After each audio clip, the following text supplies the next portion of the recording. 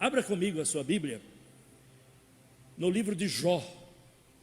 Jó fica antes dos Salmos. Jó capítulo 14. Eu prometo aos irmãos que serei bem rapidinho. Vou só dar uma pincelada aqui, refletir um pouquinho com os irmãos sobre essa palavra que está aqui em Jó. Jó capítulo 14, do verso 1 ao 10.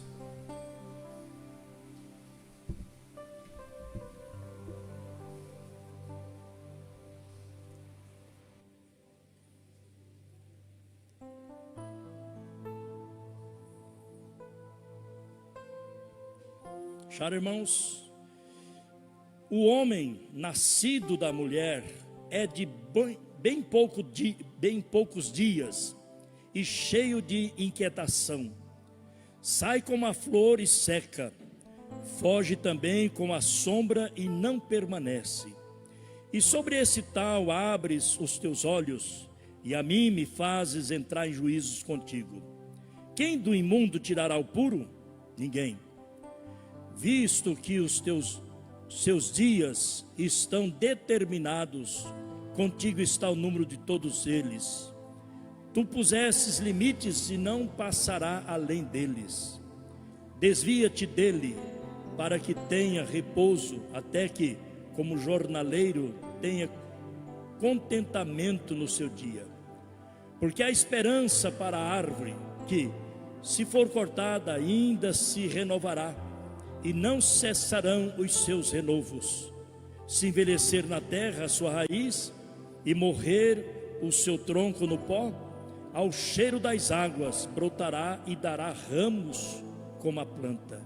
Mas, morto o homem e consumido, sim, rendendo o homem o espírito, então, onde estás? Deus, em nome de Jesus, quero pedir a luz, a iluminação, o entendimento, a sabedoria, a revelação do teu Espírito para essa palavra que acabamos de ler. Fala conosco, em nome de Jesus, amém. Irmãos, eu gosto muito do livro de Jó. Eu acho Jó bastante filosófico no que diz respeito às questões que envolvem a nossa pequenez, a nossa rapidez pela qual passamos aqui por esse planeta Terra. Como também Salomão, de forma muito sábio, deixou muitos escritos, seus provérbios, falando sobre da futilidade, da rapidez pela qual passamos por esta terra.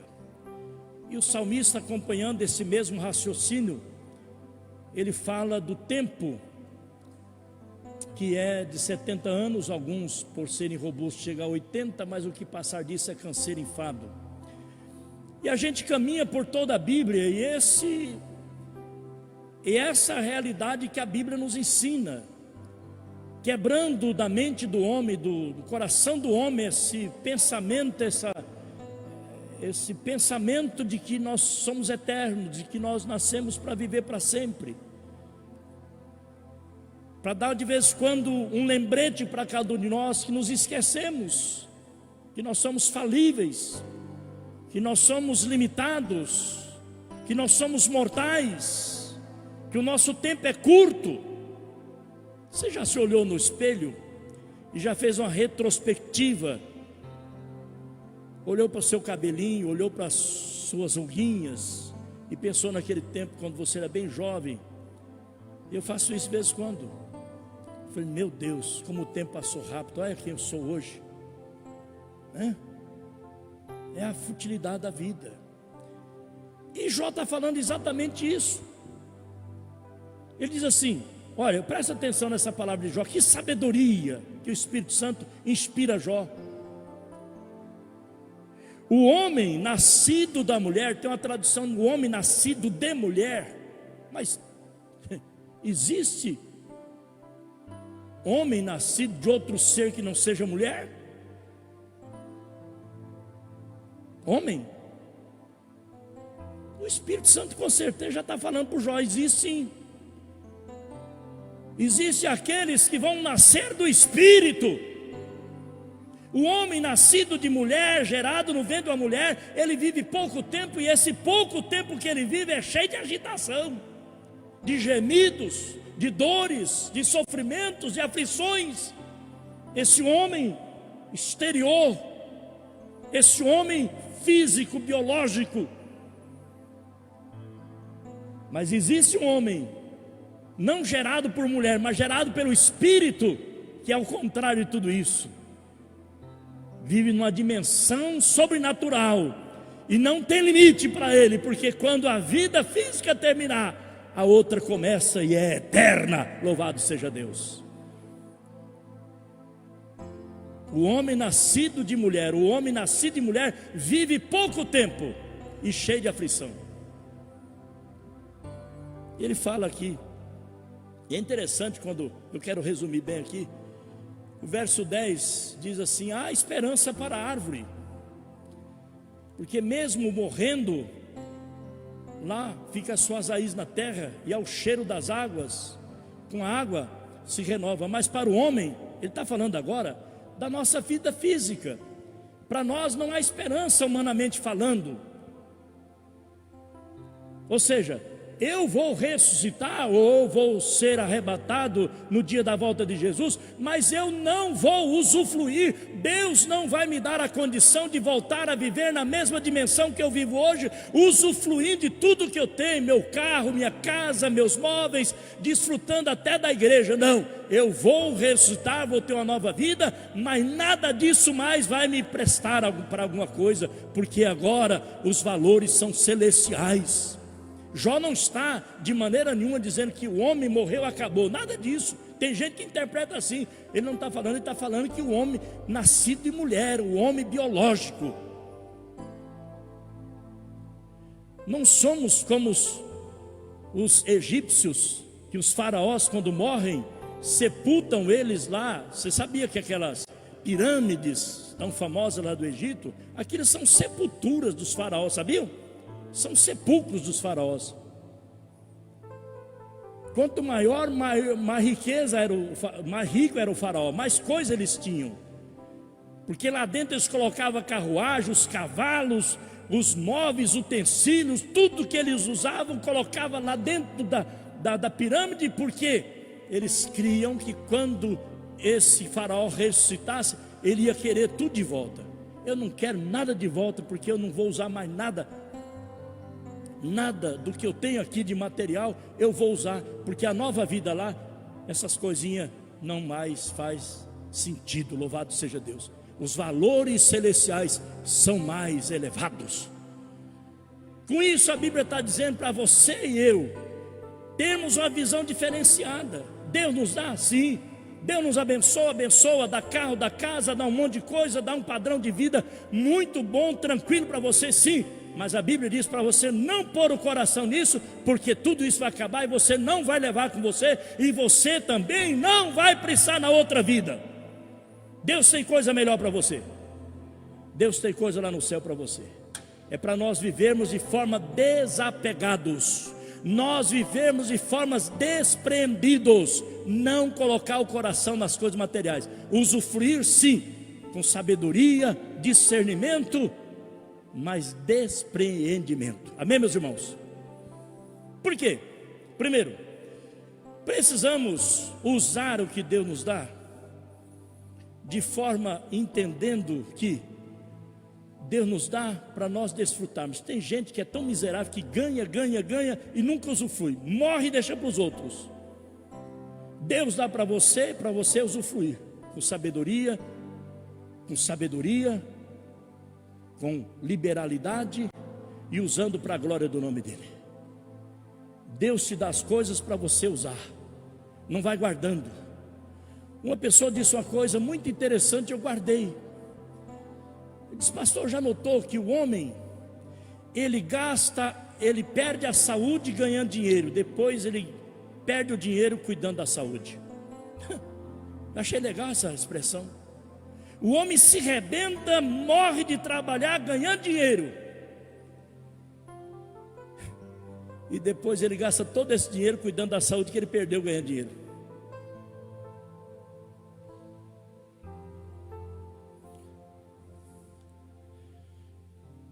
Uma menina chegou para o pai e disse: papai, quanto o senhor ganha por dia? O pai ganhava por mês. Ele fez as contas para saber quanto era um dia de trabalho dele. Ele disse para aquela criança: minha filha, eu ganho tanto por mês, dividindo isso por 30 dias, eu ganho tanto por dia. Tá bom, o senhor pode me dar? Ela estipulou lá R$1 por dia, papai. Posso, mas... E o pai ficou encucado. Para que você quer esse dinheiro? Ela disse: eu vou juntar, e quando eu tiver esse valor que o senhor falou que é um dia de serviço do senhor, eu quero pagar um dia de serviço do senhor. Quero pagar esse dia. Sabe para quê? Para ter o direito do senhor ficar comigo o dia todo. Quantos pais estão fazendo isso?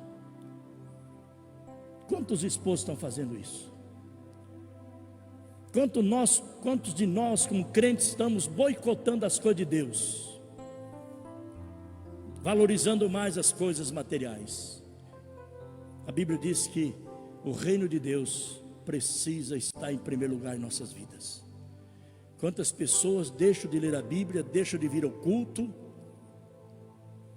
deixam de fazer as coisas espirituais, deixam de correr atrás das coisas que têm valor eterno para buscar as coisas efêmeras, passageiras da vida.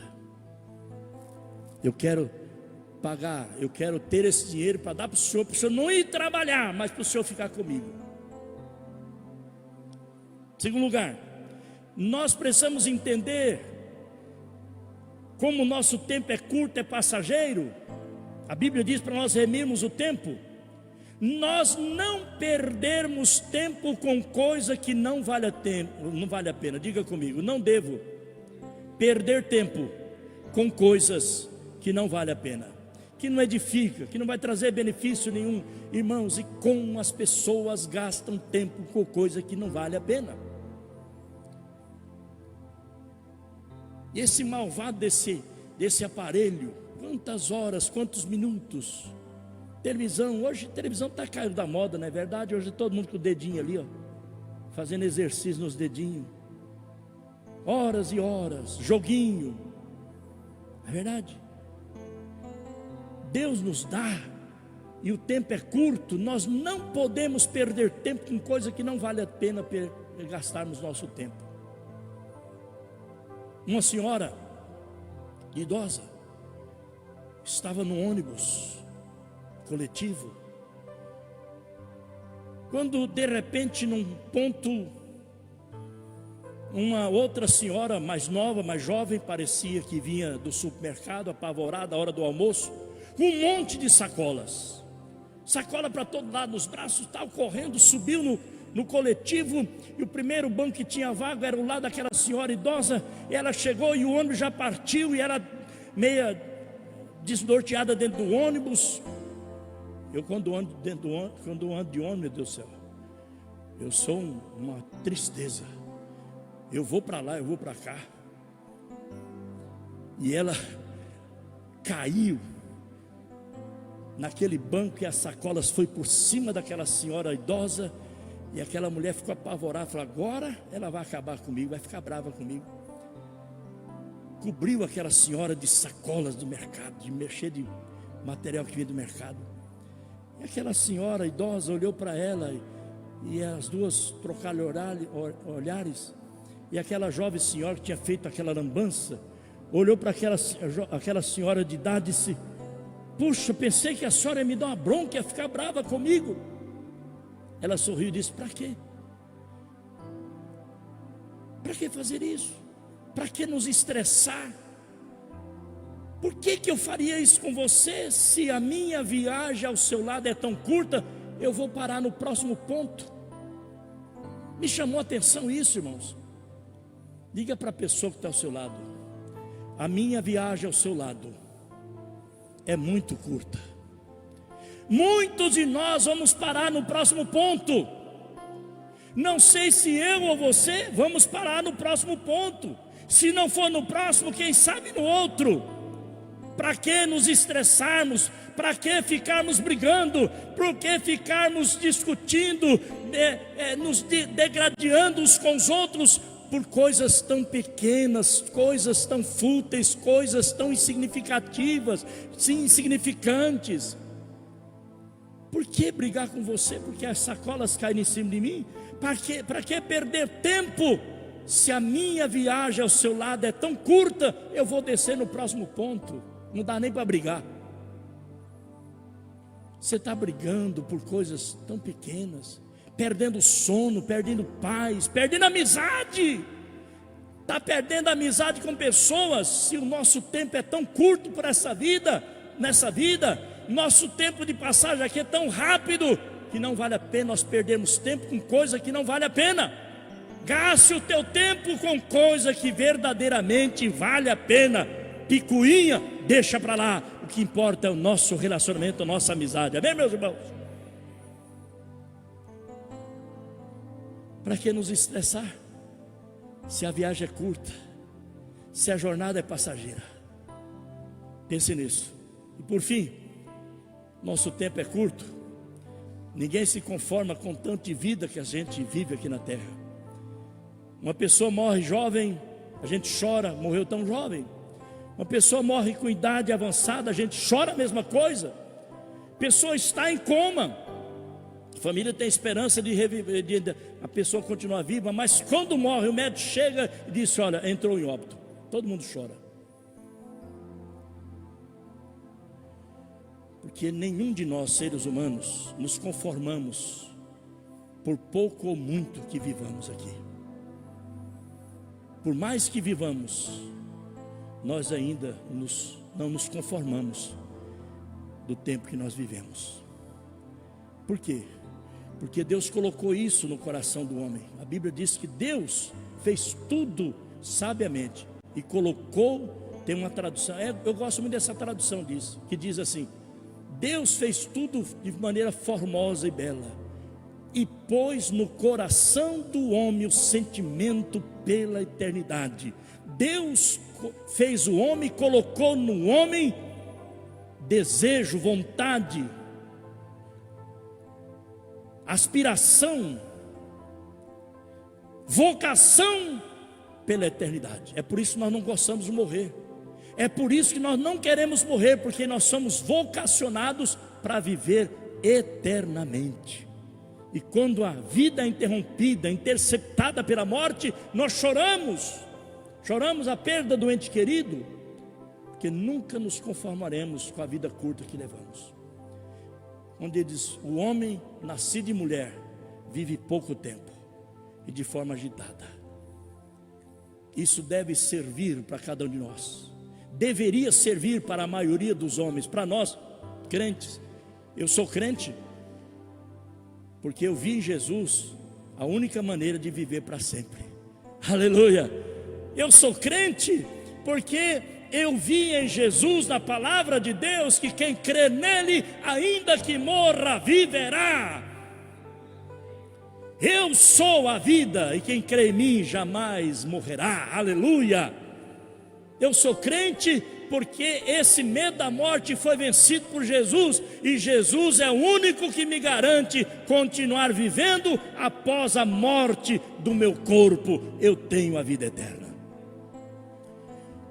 Esse sentimento de vida curta deve nos inspirar, deve nos remeter a uma eternidade que está em Cristo Jesus, através da vida que Ele trouxe para nós. Ele morreu pelos nossos pecados, mas provou que Ele é eterno, ressuscitando ao terceiro dia e dizendo: eu ressuscitei, e vocês que creem em mim, vocês que são meus, hão de ressuscitar também. Quem tem medo da morte, quem tem medo de morrer, quem não quer morrer, aceite Jesus. Ah, então não vou morrer mais, pastor. Vai morrer o corpão que é do pecado, vai ficar aqui. É terra, vai ficar na terra. Mas seu espírito continuará vivo num outro corpo eterno, num outro corpo. Reencarnação? Não, senhor. Nada de reencarnação. Corpo glorificado. Não é corpo de boi, nem de cachorro, nem de porco. Corpo glorificado.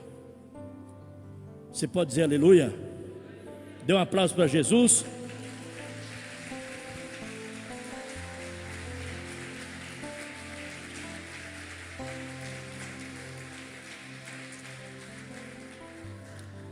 Se você é aquele tipo de pessoa que vive assim, achando que tudo vai continuar assim, para com isso. Sua vida é curta.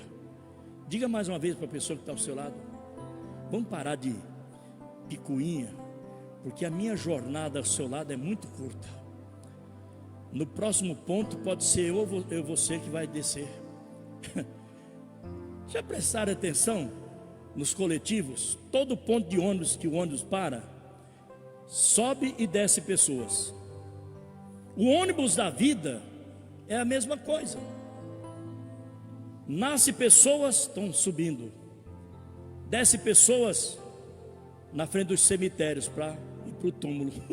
Interessante isso, né? Eu e você estamos nesse ônibus. O pior de tudo é que nós já entramos. Agora entrou, meu filho, só tem mais uma coisa: é descer. Só vamos descer. Subir nós já subimos. Nós já embarcamos no ônibus. Agora o que nos resta é descer. Sei lá se é no próximo ponto. Você está preparado? Diga comigo: nossa vida é curta, a nossa jornada é rápida. É pouco tempo que a gente tem um ao lado do outro. Vamos viver bem e usando o que Deus nos dá para a glória do nome dele. Glória a Jesus.